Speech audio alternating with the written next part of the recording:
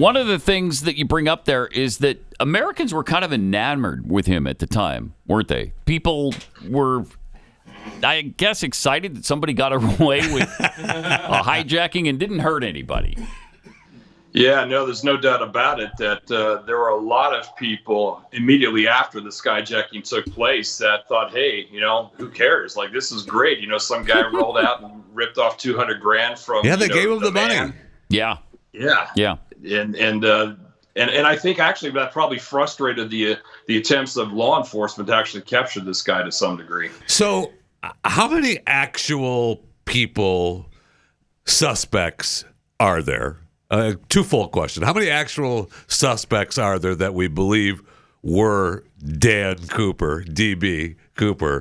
And I thought how many deathbed confessions have there been? Because I thought the one guy in Florida was DB Cooper. There's been something north of 1,000 suspects that the FBI has looked at. Now, with respect to the number of deathbed confessions, I'm really not sure. I've heard conflicting numbers, but I mean, certainly dozens of deathbed confessions. So I don't know what that says about the human condition or some people where they got to sort of almost kind of like so we have dozens of deathbed confessions, but I really did. I thought the one guy that they reported on in Florida, I mean, he's the guy, right? I mean, he was the guy. No way in hell. I know who you're talking about. You're talking about Dwayne Weber. No, he wasn't the guy. I don't think that the real DB Cooper is known yet to the authorities. Yeah. Okay. So, you mentioned the necktie. There were cigarette butts that I think that were looked at. I think, weren't they from?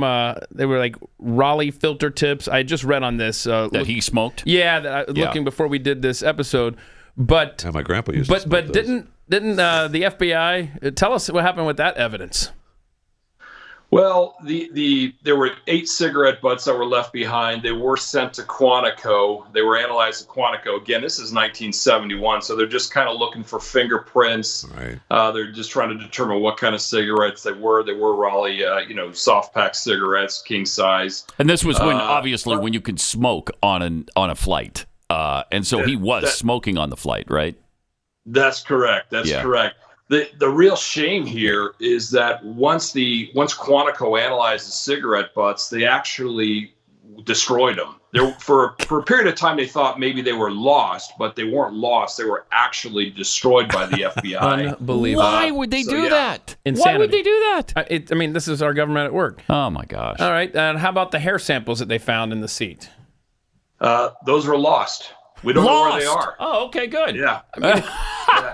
This leads you to what are you going to do? do? Two hair samples that were analyzed, put in glass slides, and to this day we have no idea where they are. So those were certifiably lost. I don't think they were destroyed. It's like they were trying to screw up this investigation. Hey, could you do any worse if you were trying? It's like we say all the time on the air, if you were trying to destroy the country, what would you do differently than they're doing right now to us? It's the same with this investigation. So, Eric, he was apparently, people believe him to have been, in 1951, or 1971, a man in his mid-40s, right? So that would put him late 90s now, if he were still alive. He would be about 100 years old at this point. Yeah. So it's really unlikely that the guy still lives, but he might have lived a pretty decent life on $200,000, which is what? Is it almost $2 million in today's money?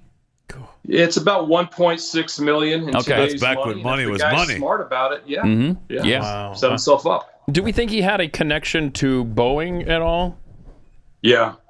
Yeah, I think it's pretty clear there was some sort of connection to Boeing. I don't think he worked at Boeing, but I do think it's highly likely that he worked for a major subcontractor for Boeing. Again, this company that was called Crucible Steel in the Pittsburgh area. Well, yeah, because he knew certain things about the plane that most people wouldn't know, and there was it's not like there was internet where you could get those facts back then. So, gosh, that'd be a pretty good guess. That would be, that there was some Boeing connection. What about a military connection? Do they think that there is a military tie there as well?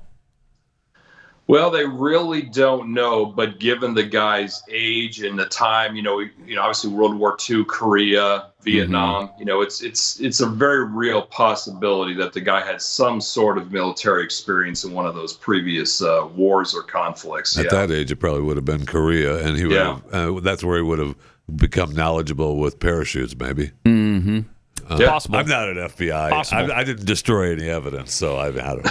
I remember years ago when I was hearing about this, it pops up every once in a while. About every decade or so, people start talking about D.B. Cooper, it seems like, again. And there was a point where it seemed like the consensus sort of was that he died in the attempt. Is that possible? Yeah, that definitely was.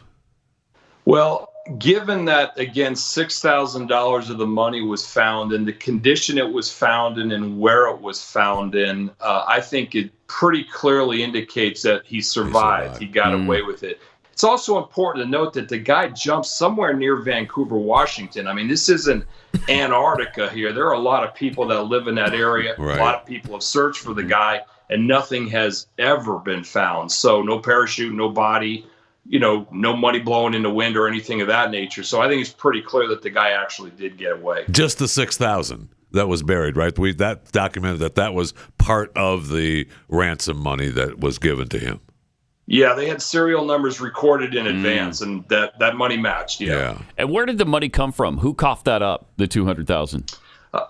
Well, it came literally from Seafirst Bank in downtown Seattle, but ultimately $180,000 of the $200,000 ransom was covered by the insurance company, and Northwest Orient Airlines had a $20,000 deductible. Interesting. So no wonder people thought he was a hero. Yeah. Because he didn't really take it from the little people. He took it from some big corporation that they don't care about, and it's just fine, and nobody got hurt, and so let's celebrate him. I think it's also important to remember the time, because this is 1971, so this is in the wake of the assassinations of JFK, Martin Luther King Jr., Robert Kennedy.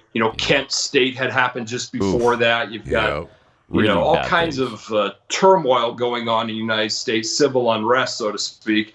And so I think there are a lot of people that basically just had enough with the government, basically, and they're just thinking, hey, you know what? Some dude took it out on some insurance company. Who gives a crap, Yeah. I mean, a lot of people may still feel that today. Yeah.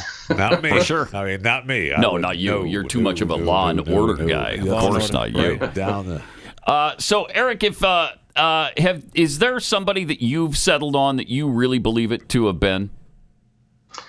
I don't know who D.B. Cooper was. There is a particular person of interest, a guy named Vince Peterson, who was a metallurgist who worked at this Crucible Steel that I referenced earlier, a major subcontractor for Boeing. He's a particular interest because it does appear that the evidence, as far as I understand it, points in that direction. But having said that, I really don't know, and that's I'm encouraged that we have DNA to work with, because obviously the DNA once and for all is going to settle the matter.